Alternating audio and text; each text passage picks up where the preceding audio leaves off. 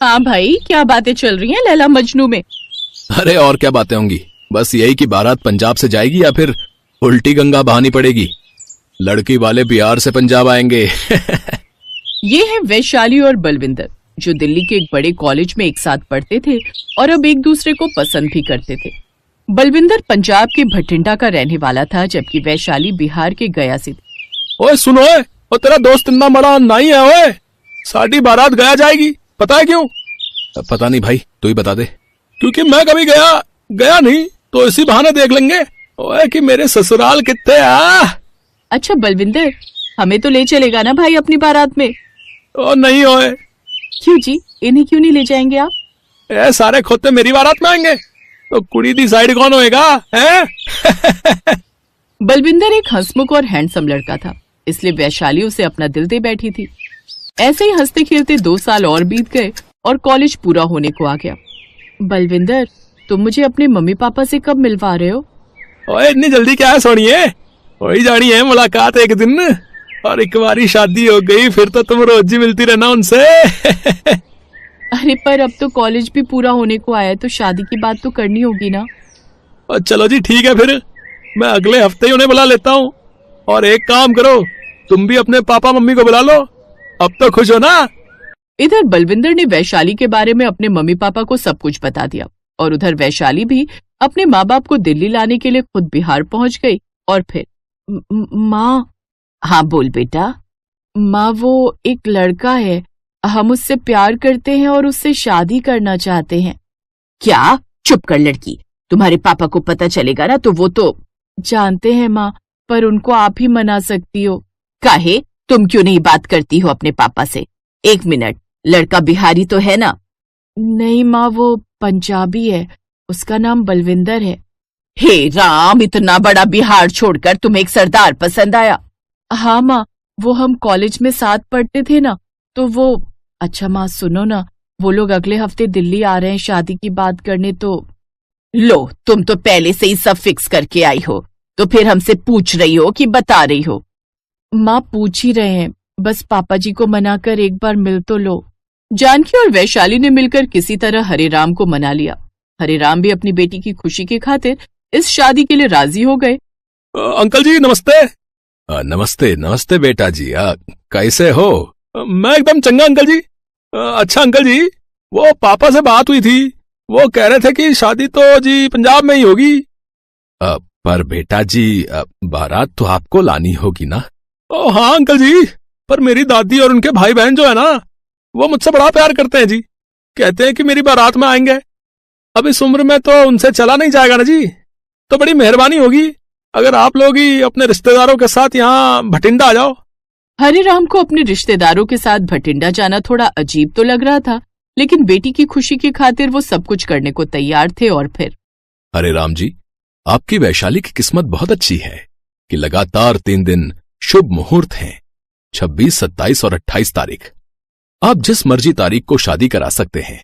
अब शादी तो आपको ही करानी होगी पंडित जी, न जाने वो लोग कौन से रिवाज करें और कौन से ना करें, तो आप तो हमारे साथ ही चलेंगे। ठीक है, तो फिर एक काम करिए, 28 तारीख पक्की कर लेते हैं और हम लोग 26 को निकल चलेंगे। शादी की तारीख सुनकर वैशाली बहुत खुश थी। दिन बीतते गए और तैयारियों के बीच 26 तारीख भी आ गई। अरे भैया, आप सब लोग थोड़ा जल्दी करें, 2 ही घंटा बाद ट्रेन है, स्टेशन तक के लिए बस बुक कर दी है, वो भी बस आने वाली होगी, तो सब लोग जल्दी जल्दी करो थोड़ा। हर तरफ खुशी का माहौल था, सब जल्दी तैयार हुए और बस में बैठकर स्टेशन के लिए रवाना हो गए।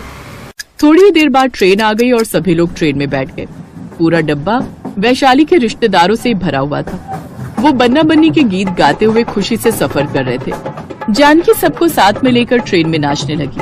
थोड़ी देर बाद सबने वैशाली को भी उठा लिया। कई घंटों तक ट्रेन के डिब्बे में यूं ही नाच गाना चलता रहा।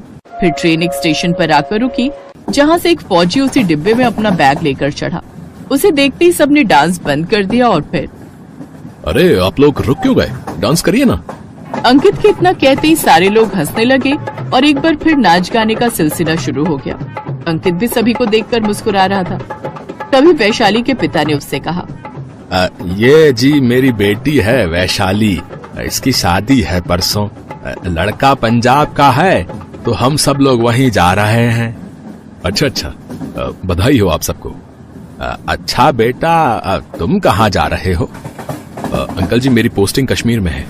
हफ्ते भर की छुट्टी आया था, छुट्टी खत्म तो अब वापस भारत माँ की सेवा में। अंकित का इतना कहना ही था कि तभी वैशाली के फोन पर किसी का कॉल आया। वो शोर शराबे से दूर फोन लेकर ट्रेन के दरवाजे की तरफ आ गई।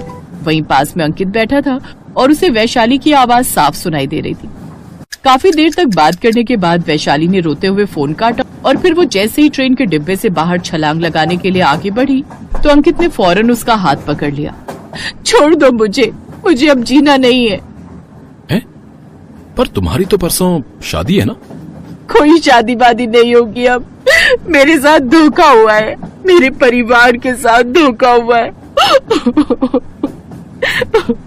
शोरगुल सुनकर जानकी और हरिराम भी दरवाजे की तरफ आ गए। आंटी जी, आप इन्हें अपने साथ अंदर ले जाइए, ये ट्रेन से कूदने की कोशिश कर रही थी। अंकित की बात सुनते ही जानकी और हरिराम का मुंह खुला का खुला रह गया और वैशाली जोर जोर से रोने लगी। पापा मुझे माफ कर दो, बलविंदर ने मुझे धोखा दिया है। शादी से 2 दिन पहले फोन करके कहता है कि उसे दहेज में कार चाहिए वरना वो मुझसे शादी नहीं करेगा। वो जानता है कि हम लोग ट्रेन से रवाना हो चुके हैं सारे नाते रिश्तेदार लेकर, इसीलिए उसने अभी ये बात कही ताकि हम मना न कर पाए। नहीं करता मैं मना, अगर मेरे पास इतने पैसे होते तो। नहीं पापा जी, आप दुखी मत हो, आपकी कोई गलती नहीं है, ये सब मेरी वजह से हुआ है। नहीं बेटा, ऐसा नहीं बोलते, तू चल मेरे साथ। तुम पागल हो क्या? उस धोखेबाज के लिए अपनी जान क्यों दे रही हो? तो मैं क्या करूं, कैसे मुंह दिखाऊं सबको? अब कहां से लाएंगे मेरे पापा मेरी शादी के लिए फिर से इतने सारे पैसे? कौन करेगा बिना पैसों के मुझसे शादी? अब मैं करूंगा, अगर तुम्हारी मर्जी हो तो। मैं एक फौजी हूं आंटी, सरकार मुझे अच्छी खासी तनख्वाह देती है। हाँ, बस छुट्टी कम मिल पाती है। मेरे घर में एक बूढ़ी माँ है और एक बहन।